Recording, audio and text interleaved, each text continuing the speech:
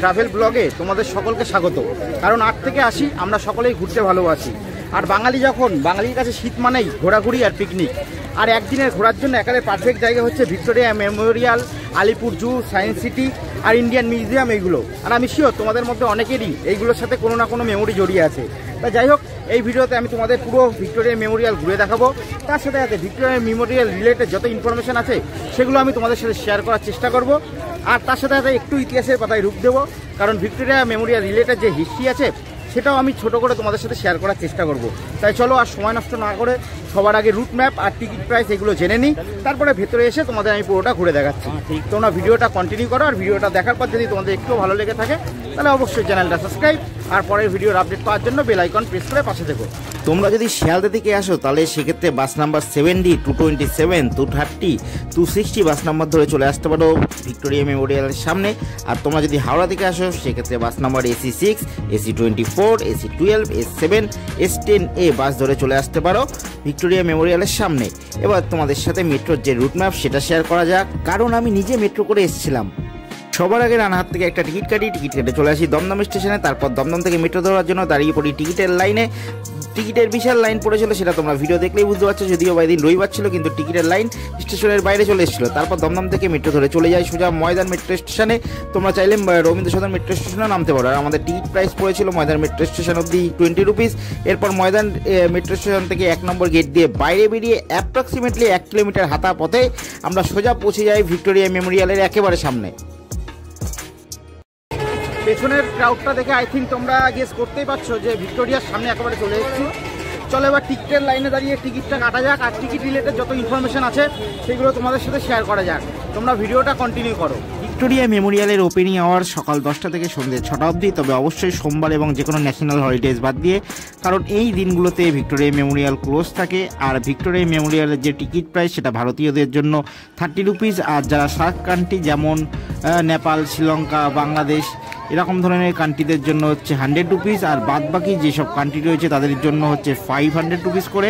আর Victoria মেমোরিয়ালের ভেতরে যে এমনি শুধু গার্ডেন রয়েছে, সেই গার্ডেনের টাইমিং হচ্ছে সকাল 5:30 থেকে সন্ধ্যে 6টা অবধি। হোল ইয়ার ধরে মন্ডেতে ক্লোজ থাকলেও জেনারেলি পিক সিজন অর্থাৎ এই উইন্টার সিজনে মন্ডেতে ওপেন থাকে, অর্থাৎ উইকে 7 ডেজই ওপেন থাকে। তার জন্য তোমরা যারা ভাবছো মন্ডেতে আসবে তারা প্লিজ আসার আগে ওই মন্ডেতে ওপেন আছে নাকি একবার তোমরা খোঁজ নিয়ে তারপরে এসো। ভিক্টোরিয়াতে ইভিনিংয়ে যে 3D প্রজেকশন লাইটের শো হয়, কী বারে কী ল্যাঙ্গুয়েজের শো হয়, আর সন্ধ্যে 6:30 থেকে শো শুরু হয়। আর টিকিট প্রাইস হচ্ছে 100 টাকা। তোমরা এখান থেকে একটা স্ক্রিনশট নিয়ে নিজেদের কাছে রেখে দিতে পারো। ভিক্টোরিয়া মেমোরিয়ালের এরিয়ার ভেতরে চলে এসেছি। এবার তোমাদের সাথে ভিক্টোরিয়া মেমোরিয়াল রিলেটেড যে হিস্ট্রি আছে সেটা একটু ছোট করে শেয়ার করা যাক। ইংল্যান্ডের রানী ভিক্টোরিয়ার রাজত্বকাল ছিল 1857 থেকে 1921-এর 22 জানুয়ারি অবধি। আর তার মৃত্যুর পর তখনের যে ভাইসরয় লর্ড কার্জন সে কলকাতায় একটা বৈঠক ডাকেন, এবং সেই বৈঠকের সিদ্ধান্ত হয় যে রানী ভিক্টোরিয়ার একটা স্মৃতিসৌধ তৈরি করা হবে, এবং সেটা এক্স্যাক্টলি তাজমহলের ঠিক অনুকরণে তৈরি করা হবে। এবং তার জন্য 1906 সালে তার স্মৃতিসৌধের ভিত্তি প্রস্তর স্থাপিত হয়। আর অফিসিয়াল নির্মাণ কাজ শুরু হয় 1910 সালে, নির্মাণ কাজ শেষ হয় 1921 সালে। আর যেহেতু এটা তাজমহলের অনুকরণে তৈরি করা হবে তার জন্য রাজস্থান থেকে মাকরানা শ্বেতপাথর নিয়ে আসা হয়, এবং সেই শ্বেতপাথর দিয়ে এই ভিক্টোরিয়া মেমোরিয়াল তৈরি করা হয়। আর এর জন্য তিনি তখনের যারা ভারতীয় রাজা, জমিদার এবং ব্যবসায়ী ছিল তাদের কাছ দিয়ে ধনসম্পত্তি দেওয়ার জন্য অনুরোধ করে, বলতে গেলে এক কথায় আদেশই ছিল, কারণ তখনের ভাইসরয়ের কথা ফেলবে এমন ঔদ্ধত্য বেশি কারুর ছিল না। ভিক্টোরিয়া মেমোরিয়ালের নকশা করেছিলেন স্যার উইলিয়াম এমারসন, আর এর যুগ্ম মালিক ছিলেন স্যার থমাস অ্যাকুইনাস এবং স্যার রাজেন মুখার্জি। সৌধ নির্মাণের পর ব্রিটিশ সরকারের তরফ থেকে রাজেন মুখার্জিকে নাইট উপাধি দেওয়া হয়েছিল। এইভাবে ছোট্ট করে একটু হিস্ট্রি তোমাদের সাথে শেয়ার করলাম, আর ডিটেলসে গেলাম না। এবার তোমরা ভিডিওটা কন্টিনিউ করো। আমরা এখন একেবারে ভেতরের দিকে যাব, এবং ভেতরের দিকে একটা অপূর্ব মিউজিয়াম রয়েছে যেটা হচ্ছে তোমরা দেখতে পাবে। চলো তোমরা ভিডিওটা কন্টিনিউ করো। আরও যদি ডিটেলসে তোমরা যদি ইনফরমেশান পেতে চাও তাহলে এই ভিডিওর ডেসক্রিপশান বক্স চেক করবে, অবশ্যই ওখানে আরও টোটাল ডিটেলস দেওয়া থাকবে। আর ভিক্টোরিয়া মেমোরিয়ালের ভেতরে একটা সাইড লাভার স্পটও বটে, কারণ তোমরা যারা আগে ভিক্টোরিয়া মেমোরিয়াল এসছো তারা সেটা খুব ভালো করেই জানো। তাই নিজের প্রিয়জনকে সাথে করে নিয়েও একটা দিন চলে আসতেই পারো সময় কাটানোর জন্য। সাইডে অনেক কাপেলস রয়েছে, কিন্তু হচ্ছে ভেতর দিয়ে সেগুলো ভিডিওর মধ্যে দেখানোটা ঠিক হবে না, কারোর প্রাইভেসি নষ্ট করাটাও ঠিক নয়। তা যাই হোক, তোমরা ভিডিওটা কন্টিনিউ করো।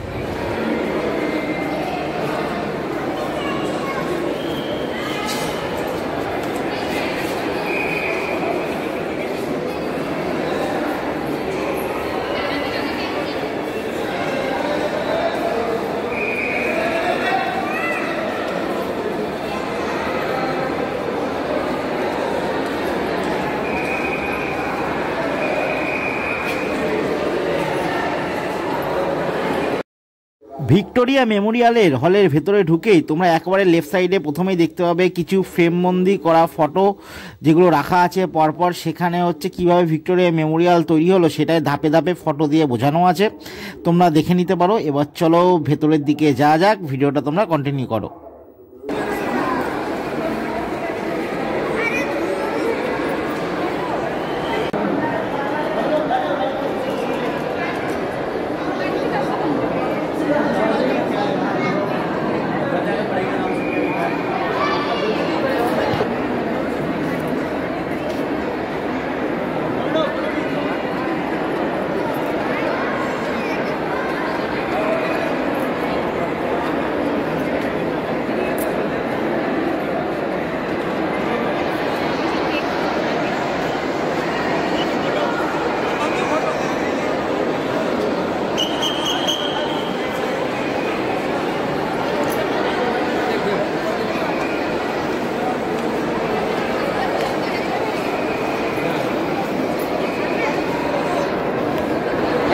অসাধারণ অসাধারণ ভাস্কর্য, অসাধারণ শিল্পের কাজ।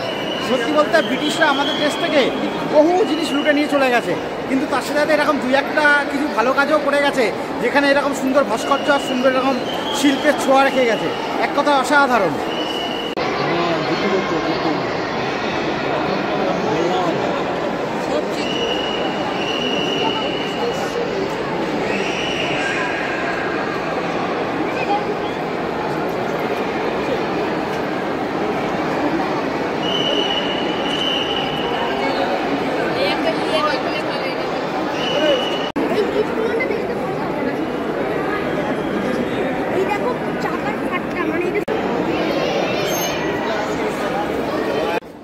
সতেরোশো 1757 খ্রিস্টাব্দে 23শে জুন বাংলার নবাব সিরাজউদ্দৌলার সাথে রবার্ট ক্লাইভের আন্ডারে ব্রিটিশদের যে ফাইট হয়েছিল, এটা হচ্ছে সেই পলাশির ব্যাটেল ফিল্ডের মডেল।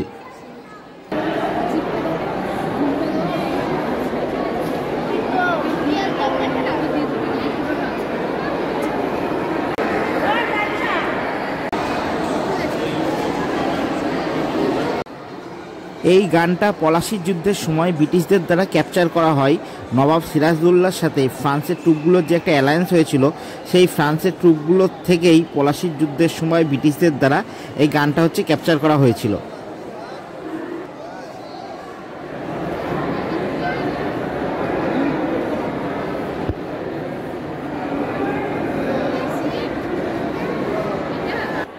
এবার আর্ট গ্যালারির ভেতরে চলে এসেছি। এখানে তোমরা বিভিন্ন আর্টের নিদর্শন পেয়ে যাবে, যেগুলো পুরো ভেতরটাতেই তোমরা দেখতে পাবে। এবার আর্ট গ্যালারিটা তোমাদের দেখানো হয়ে গেলেই আমরা চলে যাব সেকেন্ড ফ্লোরে, যেখানে গেলে সত্যি তোমাদের ভালো লাগবে, এটুকু কথা দিচ্ছি। তোমরা আর্ট গ্যালারিটা দেখে নাও, তারপরেই আমরা সেকেন্ড ফ্লোরে চলে যাব।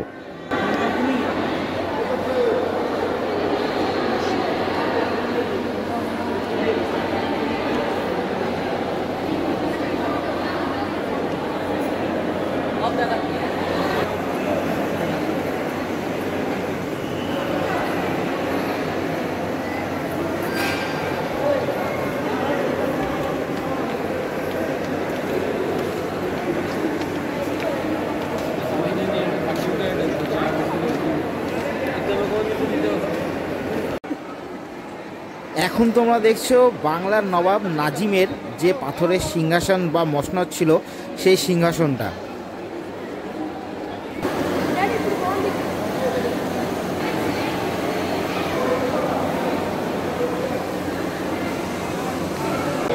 চলো এবার সিঁড়ি দিয়ে ওপরের দিকে ওঠা যাক।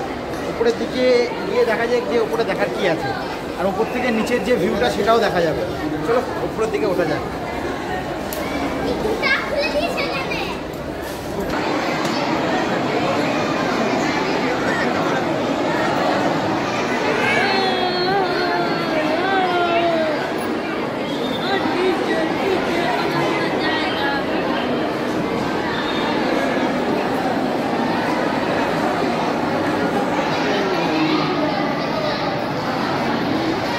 আমি এখন ভিক্টোরিয়া মেমোরিয়ালের ভেতর সেকেন্ড ফ্লোরে আছি।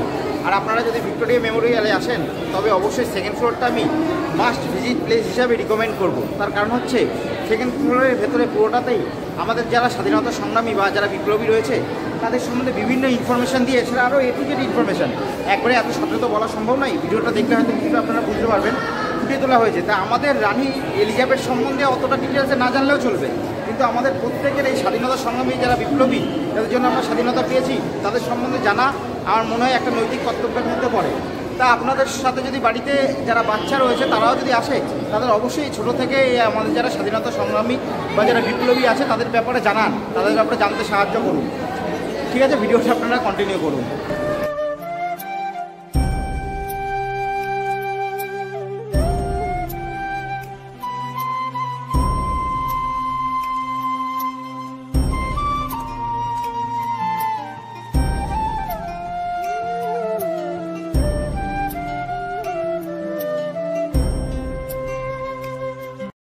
আমার পেছনে যে মিররটা তোমরা দেখছো, এই মিররের মধ্যে একটা ফেস কাটিং রয়েছে। এই মিররের সামনে গিয়ে দাঁড়ালে ওই ফেস কাটিংয়ের মধ্যে একজন বিপ্লবীর ছবি ফুটে উঠবে।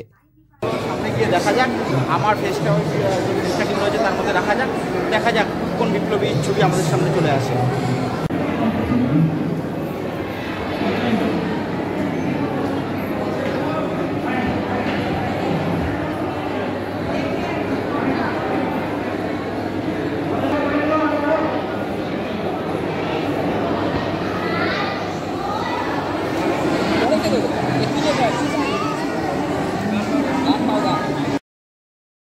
মুজফ্ফরপুর বোমা মামলায় অভিযুক্ত বিপ্লবী এবং স্বাধীনতা সংগ্রামী প্রফুল্ল চাকি ও ক্ষুদিরাম বসুর গ্রেপ্তারির উদ্দেশ্যে তথ্যের বিনিময়ে যে 5,000 টাকা ঘোষণা করা হয়েছিল, এখানে হচ্ছে সেই পত্রই রাখা রয়েছে।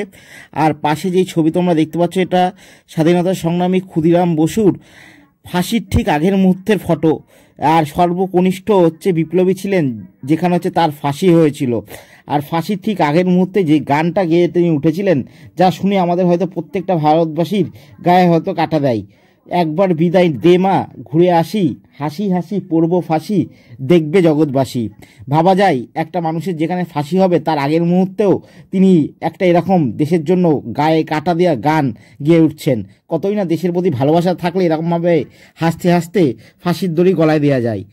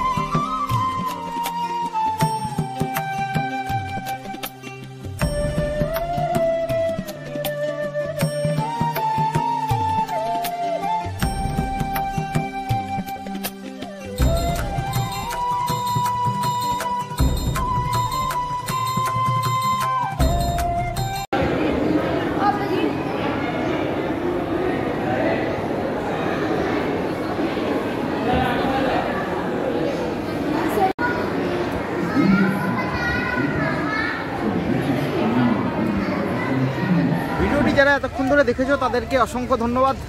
আর হচ্ছে এরপরে তোমরা পরপর আলিপুর জু, সায়েন্স সিটি থেকে আরম্ভ করে কলকাতা যেসব ট্যুরিস্ট স্পট রয়েছে কয়েকদিনের মধ্যেই পরপর চ্যানেলে পেয়ে যাবে। অলরেডি চ্যানেলে আলিপুর জুর ভিডিও দেওয়া আছে, তোমরা গিয়ে দেখে নিতে পারো। আর চ্যানেলটি অবশ্যই সাবস্ক্রাইব করে দিও, আর পরের ভিডিওর আপডেট পাওয়ার জন্য বেল আইকনটা প্রেস করে দিয়ে পাশে থেকো। চলো ততক্ষণে ভালো থেকো, সুস্থ থাকো। খুব শীঘ্রই তোমাদের সাথে দেখা হচ্ছে অন্য কোনো ভিডিওর মাধ্যমে।